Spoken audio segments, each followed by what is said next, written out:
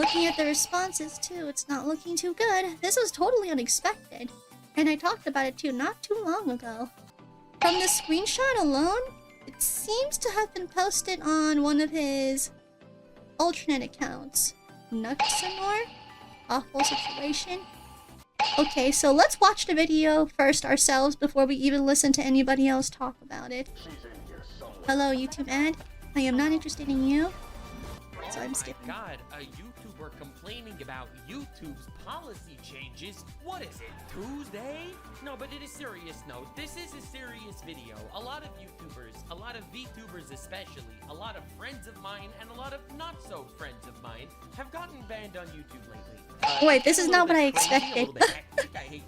This isn't what I expected. I expected a short apology video. But because YouTube's rules are not enforced fairly, they never have been, they probably never will be. And I don't So where's the apology? Hold on. I'll still play it in the background, but what did it say here? And hopefully, maybe, possibly, YouTube kids rectify some of the terrible decisions they've been making. At the end of a video about something else? Wait, you're telling me it happens at the very end of the video? I want to talk about the very wrongful termination of BungoTaiga's YouTube channel. Oh, here we go. Okay, for him to get reinstated is very important. First, we must talk backstory. In July 2022, Taiga was accused of grooming, pedophilia, abusing his mods, racism, transphobia, asking for the lewds of a 17-year-old when he was 19, and commissioning shota hentai, which is lolly porn of little anime boys, and being inappropriate with his community in regards to the shota stuff. Now, this isn't a BungoTaiga video. I'm just trying to set the stage so you understand basically the story here. But after these accusations okay, so he's not actually making an apology video. He's just addressing it again in a different video. Hololive dramas and the Niji dramas before the Niji dramas really went nuclear. And when he asked me about Taiga, I said, I don't know the full story, but apparently he's a pedo. I was wildly irresponsible making a claim like that. There was not sufficient evidence. Yes, yes. That were leaked were yes. not of that. At least he's addressing that part. Taiga was exonerated of the grooming allegations by a private eye that he hired, and I made a huge fuck-up. Without hyperbole, this was the biggest mistake of my career, and I am deeply, deeply sorry for spreading misinformation and for causing any undue hate to be sent Taiga's way. I am sorry for how I handled that, I'm sorry for how I said it. I have tried to do better since then, and I will continue to try to do better in the future. Every time this topic came up, I apologized, be it in streams or videos, as I really do try to take accountability when I screw up. 2 years later, in the present day, it seems like the public narrative is, I never apologized publicly. This is untrue. And it also is that I refuse to talk about this. But also, in the wake of Taiga getting banned, people on YouTube seem to be blaming me for his unjust ban, which is wildly untrue as well. I think Taiga believes his channel was banned due to being mass reported by people harassing him. And I think that he thinks most of that harassment is coming from me. I very much don't believe either of those two things are the case. First of all, I don't think after 2 years of a tangential mention of Taiga, which I f***ed up, and I admit I f***ed up, and I am sorry for the plus the retraction of that statement and the apologies that I've made, I don't think it's my audience harassing Taiga right now. And second of all, I spoke to people at YouTube about bans due to mass reporting specifically. They told me direct mass reporting channels does not get them banned under any circumstances. It may put them under a microscope to be reviewed by YouTube reviewers, and then for YouTube reviewers to decide about whether the channel should be banned or not, for whatever reason, but the mass reporting does not incite the ban. There are a lot more cases of a lot more prominent and hated content creators that are still on YouTube, and quite frankly, maybe shouldn't be. So I saw some sussy-wussy clips of Taiga floating around, which is why I personally believe that it probably was a termination due to sexual content.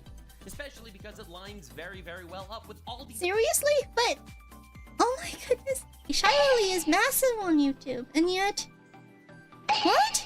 Apollo and Hades, two content creators there, each got sexual content community guideline strikes on their channels for both reasons, doing content that does already exist on YouTube, yet theirs got the strikes. Unfortunately, I think YouTube is very much dialing up its awful banning policies across the board, and I think VTubers are heavily caught in this crossfire.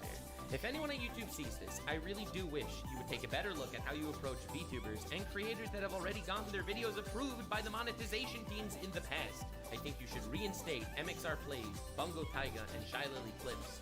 I don't know, maybe this approach will help. It's just, I've been seeing this happen to so many people so much recently, and frankly, it fucking sucks. Well, first of all, excuse me? I don't even say it. I'm just flabbergasted right now. He brought it up again, but it's not even the main topic of the video. It's at the end of the video, completely. At the end of a video about something else. I expected something completely different. He brought up the subject again, but it was on a completely different video. Oh look, there's my thumbnail! My thumbnail actually popped up? No way! What? My thumbnail popped up in the corner. My only criticism... Okay, so here's my criticism. My criticism, he should have just made a completely separate apology video. Again, I'm aware he's apologized multiple times.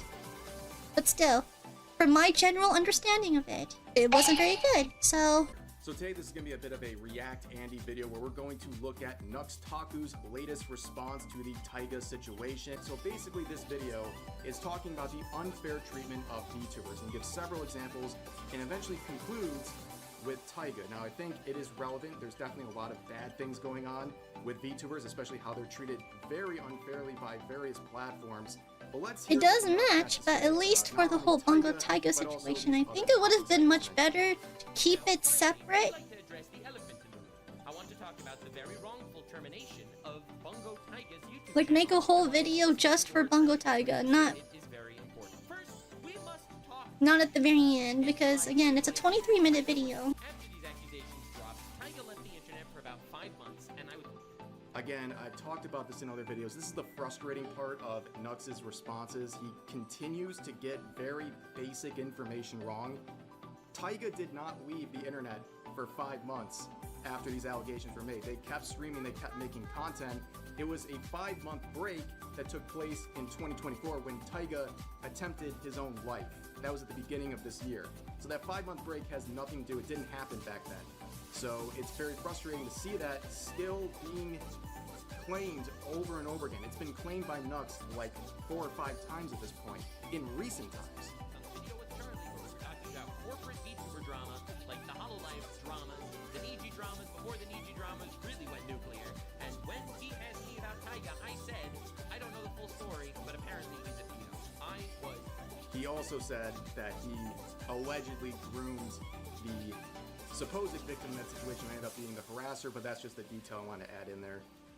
Wildly irresponsible making a claim like that, as there was not sufficient evidence for that. The DMs that were leaked were not of that. And 2 months later, Taiga was exonerated of the grooming allegations by a private eye that he hired, and Again, this is like maybe the 3rd or 4th time he's made that false claim. Taiga did not hire the investigator.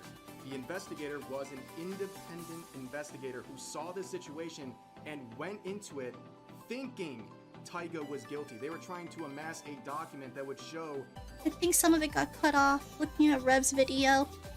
Wasn't it here? I think I played it here, right? Or did I stop where I saw Charlie? Where I saw Charlie, this is where I played it. Okay, so I did miss some stuff. I missed him saying that stuff. Apparently he got some information wrong again. I missed some of that stuff. I played exactly where I saw Charlie's face. Did they actually talk to each other? That's my question. In private, have they actually spoken to each other?